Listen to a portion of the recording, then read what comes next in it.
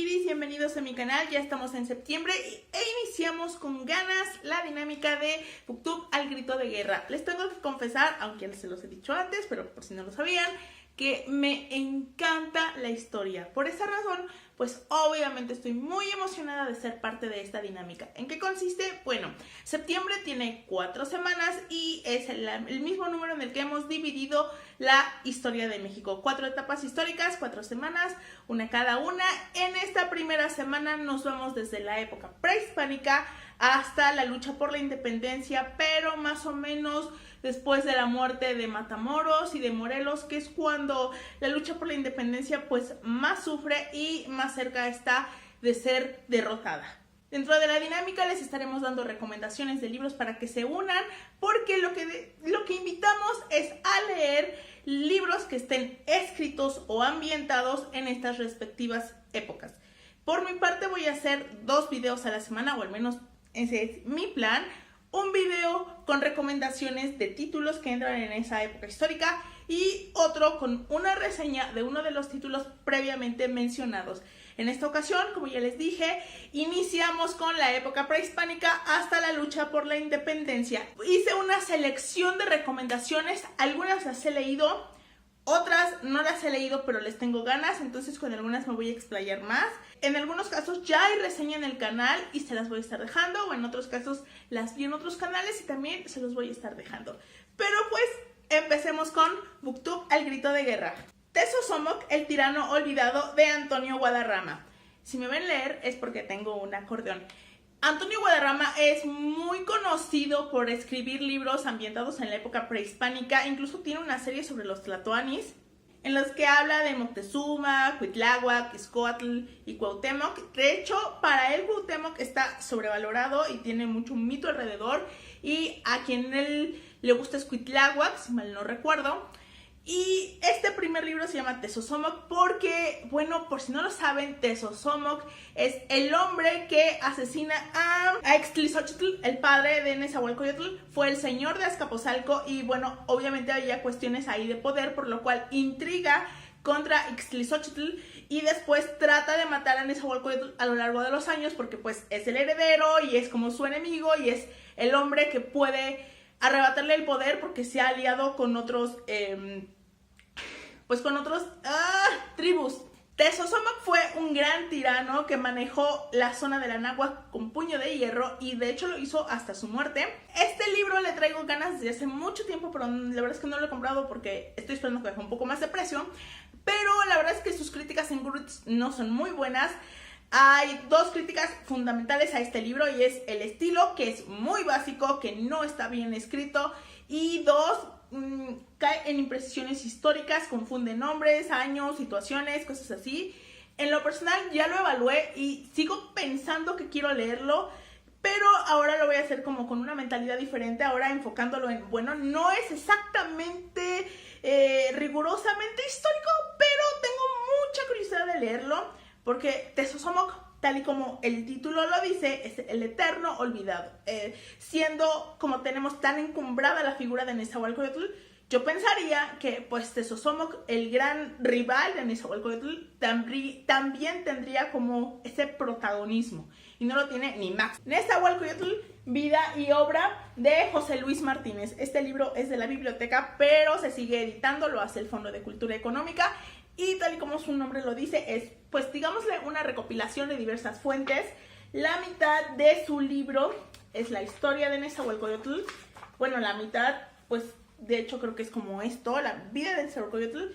Y lo otro es toda su obra, toda la manera en la que él promovió la cultura en Texcoco, la manera en la que él formó los calmecacs, la manera en la que él impulsó la poesía náhuatl, y habla de su obra. Hay su obra y análisis sobre esto. Recopila mucha de la información de Miguel León Portilla y de Ángel Garibay, si mal no recuerdo el nombre. La verdad es que yo lo leí y está muy interesante. La parte de su vida es muy breve porque, bueno, no se conserva como tanto, no es una novela, así que no se toma libertades, sino que va recopilando información. Y creo que lo que más me llamó la atención es, bueno, de este va a haber reseña, así que no me quiero explayar mucho, pero me recordó, y aquí lo dice claramente, Alba Xtlixochitl, que es como el gran biógrafo de Nezahualcóyotl y quien dejó más registros de él, habla sobre algo en la vida de Nezahualcóyotl. A ver, él tuvo cientos de hijos, con cientos de concubinas y solo una esposa. Y esa esposa tiene una historia de amor, porque fue como su gran pasión, y esta historia de amor a mí me remite, y lo mismo dice el libro, a el relato bíblico de David, Urías y Betsabé. Seguimos con La noche en el maizal de María Eugenia Lefmans. Ya hay reseña en el canal, se los voy a dejar aquí. Se los mostraría, pero no encuentro mi libro. No sé dónde está, ya busqué, rebusqué y temo por el destino de mi libro. ¿De qué va este libro? Bueno, es una novela muy corta sobre Macuilxochitl, la única poeta náhuatl reconocida, además de Nezahualcóyotl. De hecho, en la Biblioteca Nacional de México hay un poema sobre ella que es un cantar dando gracias al dador de vida porque un tlatoani azteca logra un triunfo importante en la batalla. Esta historia es sobre su vida, sobre su formación y también sobre un hipotético romance entre ella y Nezahualcóyotl. Macuilxochitl, según este libro y según otras fuentes que he consultado, era hija de Tlacaelel, así que digamos que tuvo una formación muy privilegiada para poder desarrollar su talento literario. En el libro a mí Macuilxochitl por momentos la verdad me caía muy mal, pero creo que a pesar de ser tan corto, María Eugenia Lefmans logra algo conmigo, y es que me mete de lleno a la historia, y si yo, digamos, le cerraba los ojos o me concentraba, casi podía oler el copal y escuchar el teponazli. O sea, me mete de lleno en ese México prehispánico, en ese México mucho antes de la llegada de los españoles, y cómo eran sus tradiciones, su costumbre, porque nos va relatando todo eso, cómo era la vida cotidiana en Tenochtitlan. Y si hablamos de Macuilxochitl, pues tenemos que hablar de Tlacaelel, de Antonio Velasco Piña. ¿Quién es Tlacaelel? Bueno, él era un sumo sacerdote, fue consejero de 5 tlatoanis, era un hombre sumamente sabio, que él es el responsable de las guerras floridas y de mucha filosofía y religión que abrazaron los mexicas y ciertas acciones que tomaron para convertirse en un imperio. Y Antonio Velasco Piña se va como a los registros y nos trae esta novela. La importancia histórica de Tlacaelel ha estado un poco debatida, creo que sí la tiene, porque, bueno, además de ser consejero de 5 tlatoanis, él fue fue hijo de Chimalpopoca, tlatoani de Tenochtitlan, en las épocas antes de la grandeza, fue hermano de Moctezuma y Huicamina y de Izcoatl. Entonces sí tuvo como una gran importancia, pero todo es discutible porque pues no hay como que grandes registros. Lo que no me termina de gustar de este libro es que, en primer lugar, el autor nos muestra un Tlacaelel perfecto. Nunca se equivoca, siempre es mentalmente superior a todos los demás, su filosofía de vida, y eso a mí me parece aburridísimo. Para un líder de una religión no está mal, para un protagonista de un libro aburridísimo. Y tiene otra cuestión, o sea, el personaje, no la historia, sino el personaje se me hace aburridísimo, no me parece con matices o algo así, sino un ser tan perfecto que no me interesa como tanto. Creo que pudo haber dado mucho más. Otra cosa que a mí tiene en contra de este libro es que Antonio Velasco se va mucho como a la filosofía tolteca y la mentalidad y cómo estos pensaban y vivían, casi como libro de autoayuda. A mí eso me daban ganas de decirle, céntrate en la historia. Pero el punto maravilloso de este libro y el que yo amé es Citlalmina. Citlalmina era prometida de Tlacaelel, y vamos a tocar este punto un poquito. Y cuando Tlacaelel es elegido como sumo sacerdote, la relación entre ellos pues ya no podía ser, porque él no podía casarse, sino que tenía que concentrarse en su nueva labor. Y Citlalmina lo acepta porque eran una misma alma en 2 cuerpos, algo así lo define el autor.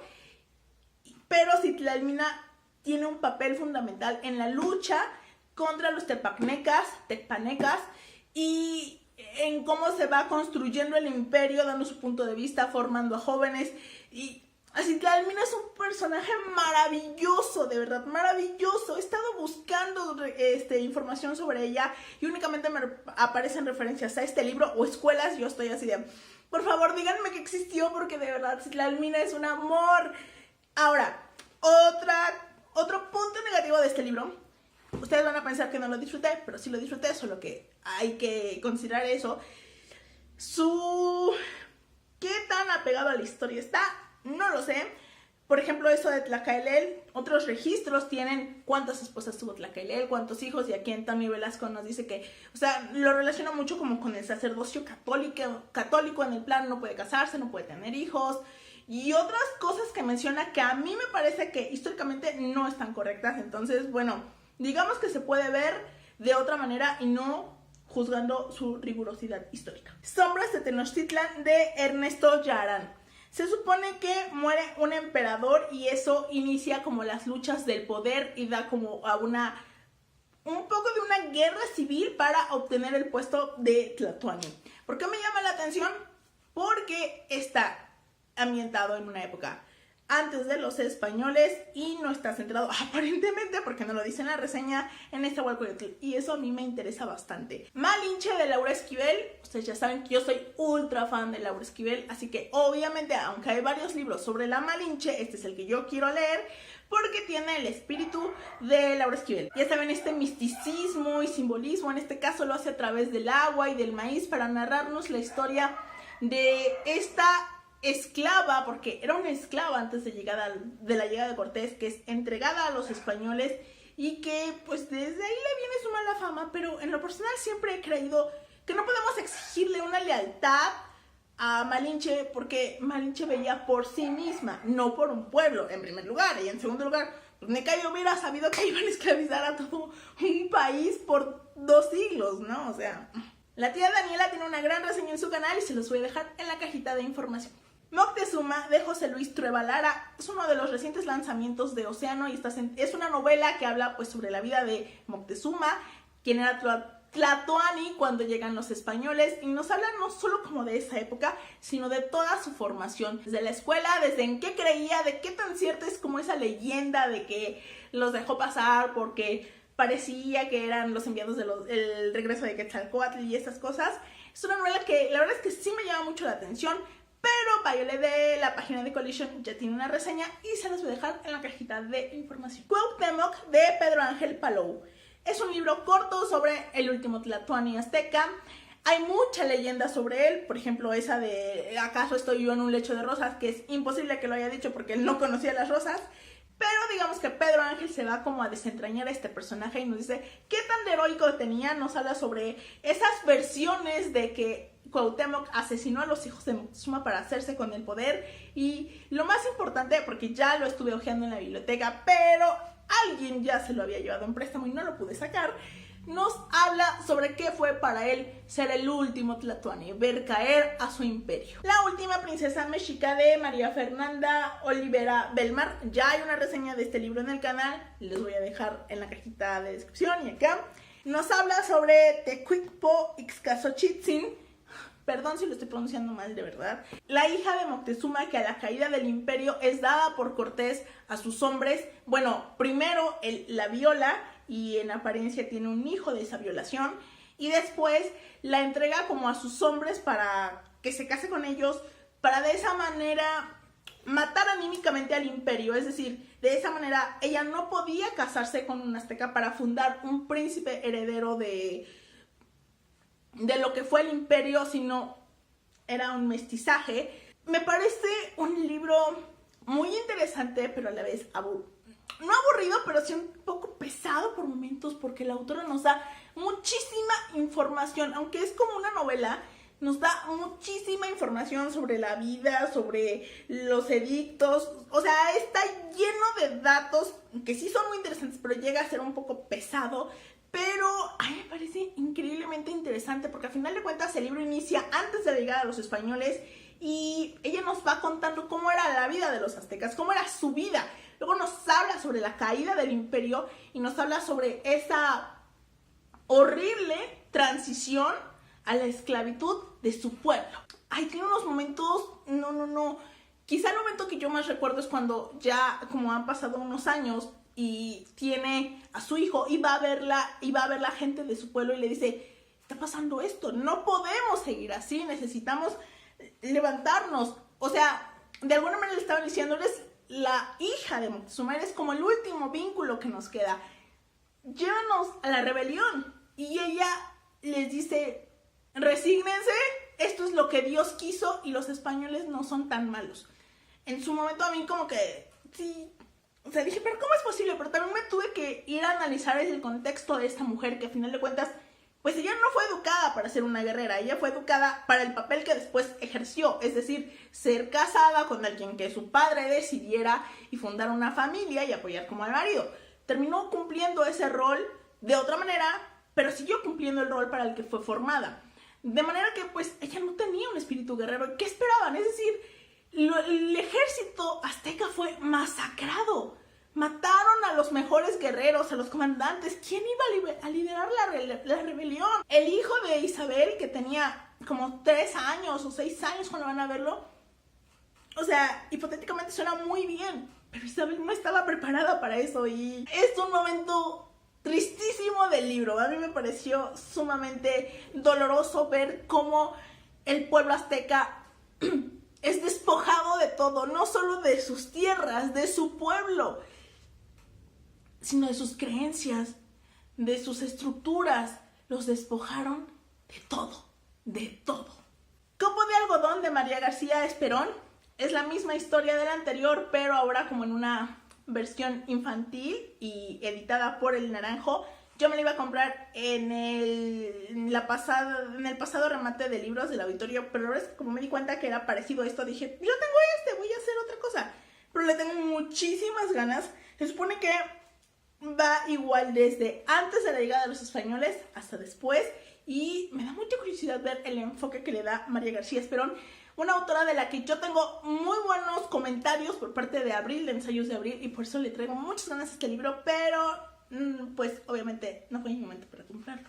Azteca de Gary Jenkins, el libro como que más famoso de esto, y siempre se me ha hecho como muy curioso que sea escrito por un extranjero, algo que tenga que ver con la historia de México y que sea como tan difundido. O sea, no lo veo mal, solo es como curioso. Este libro es una novela de tipo epistolar, es decir, por medio de cartas, que escribe Fray Juan de Zumárraga al rey Carlos V de España para explicarle cómo era el pueblo azteca antes de la caída del imperio, ¿no?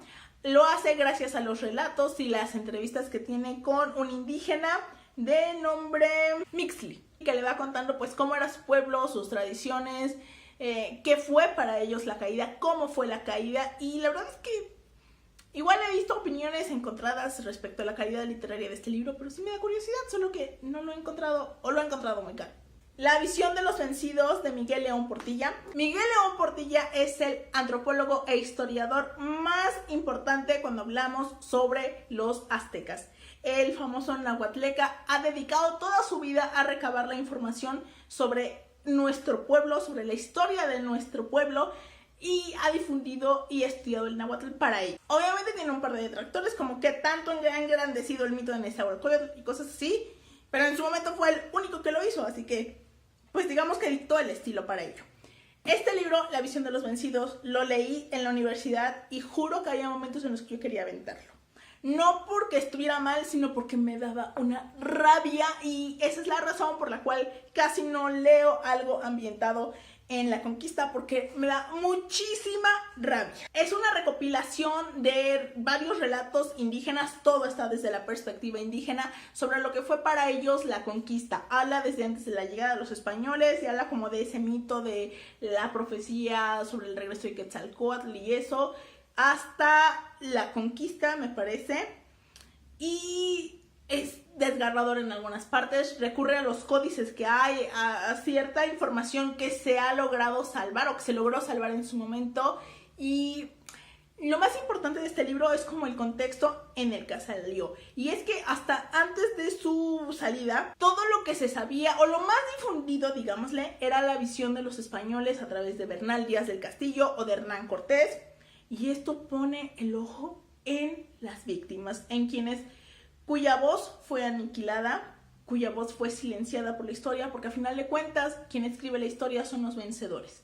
En este caso es un libro básico para saber sobre la historia de la caída del Imperio Tenochtitlan. Y como ya dije, a mí me enfureció cuando lo leí. Yo la peor, de Mónica Lavín, es el libro más famoso sobre Sor Juana Inés de la Cruz. Sí, yo sé que pude haberme ido a recomendar la propia obra de Sor Juana, pero pues digámosle que este me parece como una manera un poco más light, por si no les gusta la poesía o cosas así.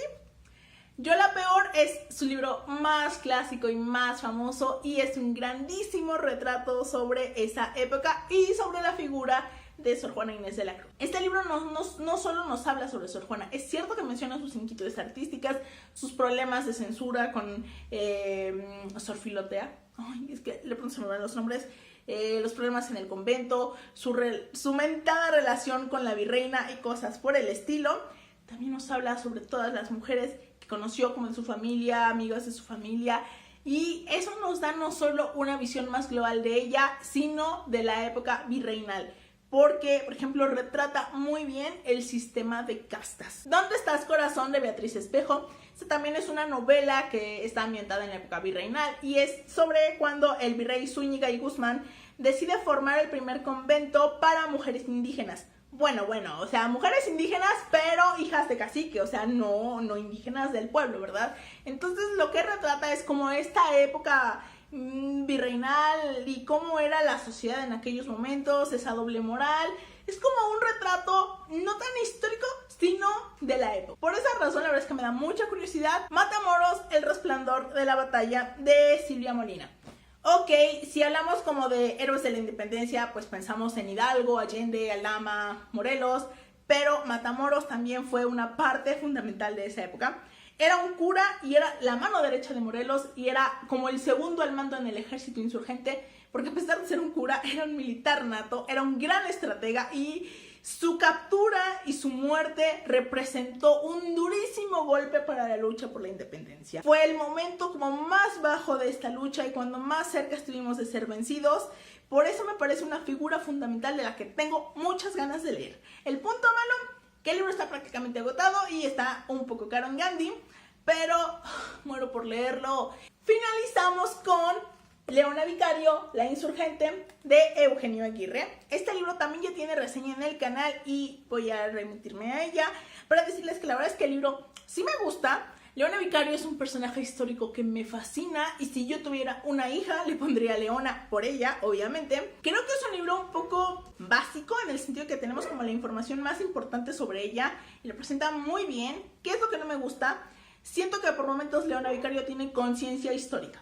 De pronto puede estar hablando con alguno de sus amigos y te suelta un comentario como si estuviera leyendo su monografía. O sea, te dice así como de, nací el tal de tal día, tal. Perdóname, pero nadie habla así, entonces creo que pudo haber tenido acceso a otro recurso para darnos esa información sin que quedara como con conciencia histórica o como leyendo su monografía. Eso no me gustó, pero el libro en general está bien. Hay otro libro de Leona Vicario que quiero leer, pero ya no lo he encontrado. Espero encontrarlo algún día, pero mientras, pues, esta opción es más fácil de encontrar. Eso fue todo por el día de hoy. Creo que quedó un video muy largo, pero por eso hice una selección, porque de hecho hay más libros que pude haber metido, pero no los conozco o hubiera quedado esto eterno y elegí mantenerlos como a esto. Pero pues ustedes pueden enriquecer este video dejándome sus recomendaciones en los comentarios. ¿Qué libros no mencioné? Tal vez no los conozco, tal vez sí, pero los dejé por cuestión de tiempo. Y les agradeceré muchísimo si los dejan mencionados en los comentarios. Espero que se unan con nosotros a esta dinámica y disfruten pues de conocer autores y situaciones que hemos atravesado en la historia de nuestro país. Como ya les dije, para esta primera semana estaré leyendo Nezahualcóyotl, Vida y Obra, y les estaré diciendo el jueves o tal vez el viernes mis comentarios sobre ese libro. Nos vemos.